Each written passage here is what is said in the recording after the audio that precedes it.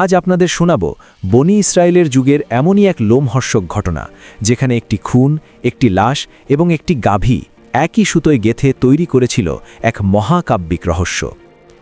সময়টা তখন হজরত মুসা আলাহিসাল্লামের নবুয়তের যুগ।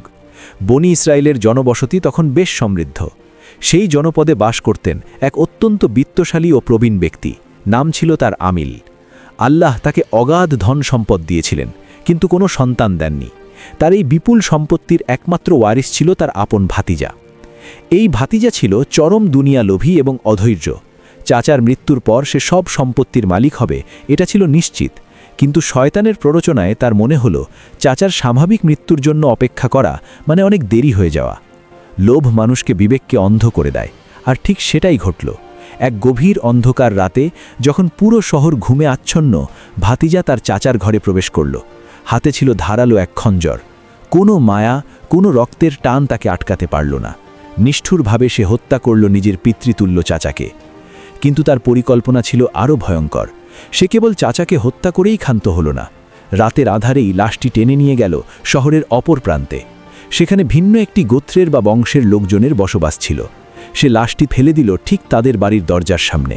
তার উদ্দেশ্য ছিল পরিষ্কার, এক ঢিলে দুই পাখি মারা।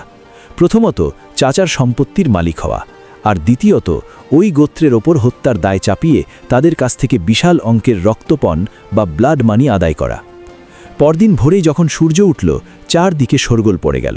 লাশ পাওয়া গেছে। নিহত বৃদ্ধের ভাতিজা সেখানে উপস্থিত হয়ে এমন কান্নাকাটি আর আহাজারি শুরু করল যে উপস্থিত সবার মন গলে গেল। সে বুক চাপড়ে চিৎকার করতে লাগল, ওরা আমার চাচাকে হত্যা করেছে, আমি বিচার চাই, আমি রক্তের বদলা রক্ত চাই। পরিস্থিতি মুহূর্তের মধ্যে নিয়ন্ত্রণের বাইরে চলে গেল। যে গোত্রের দরজায় লাশ পাওয়া গিয়েছিল তারা শপথ করে বলল, আমরা এই হত্যার বিষয়ে কিছুই জানি না। কিন্তু কে শোনে কার কথা? দুই পক্ষই তখন অস্ত্র হাতে মুখোমুখি।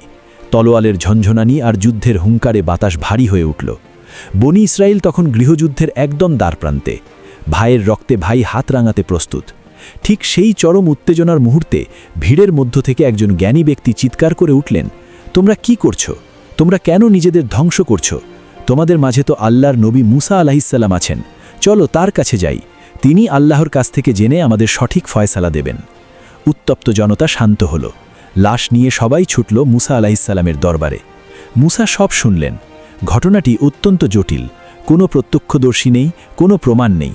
তিনি আল্লাহর দরবারে হাত তুললেন, প্রার্থনা করলেন এই রহস্য উদ্ঘাটনের জন্য। কিছুক্ষণ পর ওহী নাজিল হল। আল্লাহ নির্দেশ দিলেন। মুসা আলাইহিসসালাম জনতাকে উদ্দেশ্য করে বললেন, আল্লাহ তোমাদের নির্দেশ দিচ্ছেন তোমরা একটি গাভী জবেহ করো। এই কথা শুনে উপস্থিত জনতা স্তব্ধ হয়ে গেল। তারা এসেছিল খুনের বিচার চাইতে, আর নবী বলছেন গরু জবেহ করতে। তারা ভাবল এটা হয়তো কোনো ঠাট্টা। তারা বলল, হে মুসা, আপনি কি আমাদের সাথে উপহাস করছেন? আমরা জানতে চাই খুনি কে, আর আপনি বলছেন গরু জবেহ করতে।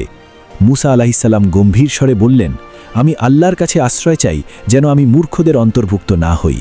এটি কোনো ঠাট্টা নয়, এটিই মহান আল্লাহর আদেশ।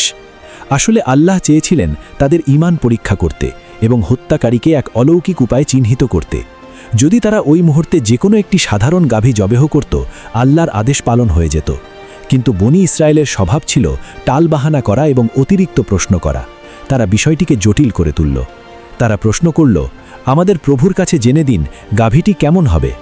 মুসা আলাইহিসসালাম আল্লাহর কাছ থেকে জেনে বললেন, সেটি এমন এক গাভী যা খুব বুড়ো নয়, আবার বাছুরও নয়, মধ্যম বয়সী।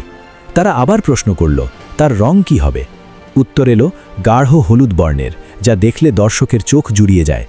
তারা তবুও থামল না, বলল, গরু তো অনেক আছে, আমাদের আরও স্পষ্ট করে বলুন, এটি কি হাল চাষ করে নাকি পানি সেচ দেয়? মুসা আলাইহিসসালাম জানালেন, না, এটি এমন এক গাভী যা কখনো জমি চাষ করেনি, পানি সেচেনি। এটি সম্পূর্ণ নিখুঁত, যার গায়ে অন্য কোনো রঙের দাগ নেই। এইবার তারা মহা বিপদে পড়ল। এত শর্তযুক্ত গরু খুঁজে পাওয়া তো খড়ের গাদায় সুই খোঁজার মতো। সারা বনি ইসরায়েল তন্ন তন্ন করে খোঁজা শুরু হলো। অবশেষে অনেক খোঁজাখুঁজির পর সংবাদ পাওয়া গেল শহরের এক প্রান্তে এক এতিম যুবকের কাছে ঠিক এমন একটি গাভী আছে। এই যুবকটির গল্পটি ছিল আবার ভিন্ন। সে ছিল তার পিতামাতার চরম অনুগত। তার পিতা মারা যাওয়ার সময় একটি ছোট্ট বাছুর বনের মধ্যে ছেড়ে দিয়ে বলেছিলেন, আমি এটি আল্লাহর জিম্মায় আমানত রাখলাম। যুবকটি তার মায়ের সেবা করত দিনরাত। সে কাঠ কেটে যা আয় করত তা 3 ভাগ করত। এক ভাগ নিজের জন্য, এক ভাগ মায়ের জন্য, আর এক ভাগ দান করে দিত। সেই গাভী যা এখন বড় হয়েছে এবং আল্লাহর কুদরতি ঠিক সেই বর্ণ ও গুণাবলী পেয়েছে যা বনি ইসরায়েল খুঁজছে। বনি ইসরায়েলের ধনী নেতারা সেই যুবকের কাছে গেল। তারা চাইল গাভীটি কিনতে, কিন্তু যুবক রাজি হল না। সে বলল, আমার মায়ের অনুমতি ছাড়া আমি এটি বিক্রি করব না। তারা বিশাল অঙ্কের দাম দিতে চাইল, কিন্তু যুবক অনড়। অবশেষে মায়ের অনুমতি মিলল, কিন্তু শর্ত হল গাভীটির চামড়া ভর্তি করে সোনা দিতে হবে। অবশেষে প্রাণের ভয়ে এবং আল্লাহর হুকুম পালনের জন্য বনি ইসরায়েলের লোকেরা চড়া দামে অর্থাৎ গাভীর ওজনের সমান সোনা দিয়ে সেই গাভীটি কিনল। তাদের অতিরিক্ত প্রশ্নের কারণেই তাদের এত মূল্য দিতে হলো। গাভী জবেহ করা হলো, কিন্তু রহস্য তো এখনও কাটেনি। লাশ তো কথা বলে না। হাজার হাজার মানুষ তখন তাকিয়ে আছে লাশের দিকে। মুসা আলাইহিসসালাম তখন জবেহ করা গাভীটির একটি টুকরো মাংস হাতে নিলেন। জনসমুদ্রের পিনপতন নীরবতা। তিনি সেই মাংসের টুকরো দিয়ে মৃতদেহের গায়ে আঘাত করলেন। মুহূর্তের মধ্যে এক শিহরান বয়ে গেল উপস্থিত সবার মেরুদণ্ডে। অবিশ্বাস্য এক দৃশ্য। মৃত বৃদ্ধের শরীরে প্রাণের সঞ্চার হলো। তার গলার কাটা দাগ থেকে তখনও রক্ত বের হচ্ছে, অথচ তিনি চোখ মেলে তাকালেন। মৃত্যুর ওপার থেকে ফিরে আসা এক জীবন্ত সাক্ষী। মুসা আলাইহিসসালাম জিজ্ঞাসা করলেন, কে তোমাকে হত্যা করেছে? সমবেত জনতা শ্বাসরুদ্ধ করে উত্তরের অপেক্ষা করছে। বৃদ্ধের হাতটি ধীরে ধীরে উঠে এলো। কাপা কাপা আঙুলটি সোজা গিয়ে নির্দেশ করল সেই কান্নারত ভাতিজার দিকে। বৃদ্ধ ভরাট ও গম্ভীর কণ্ঠে বললেন, আমার এই ভাতিজাই আমাকে হত্যা করেছে। সে আমার সম্পত্তির লোভে এবং অন্য গোত্রকে ফাঁসানোর জন্যই জঘন্য কাজ করেছে। কথাটি বলার পরই বৃদ্ধের দেহ আবার মাটিতে লুটিয়ে পড়ল।